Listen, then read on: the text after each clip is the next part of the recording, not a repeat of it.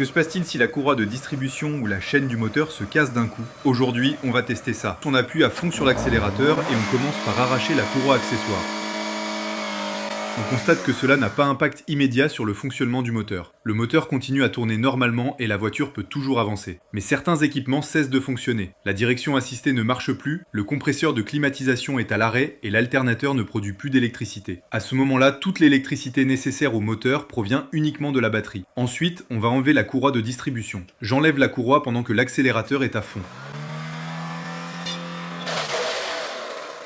On voit bien que si la courroie de distribution casse, c'est fatal pour le moteur. Dès que je l'enlève, le moteur cale immédiatement. Et quand on essaie de redémarrer, on voit que le vilebrequin tourne encore, mais que le moteur ne redémarre pas. Pourquoi? Les régionaux parce que sans la courroie, les soupapes ne peuvent ni s'ouvrir ni se fermer correctement. Donc le moteur ne peut ni aspirer l'air, ni évacuer les gaz. Résultat, il est impossible de redémarrer. Et je peux vous assurer que dans ce cas, les soupapes ont forcément été tordues. Regardons maintenant leur état. On commence par une soupape d'échappement pas trop endommagée. Elle est légèrement tordue.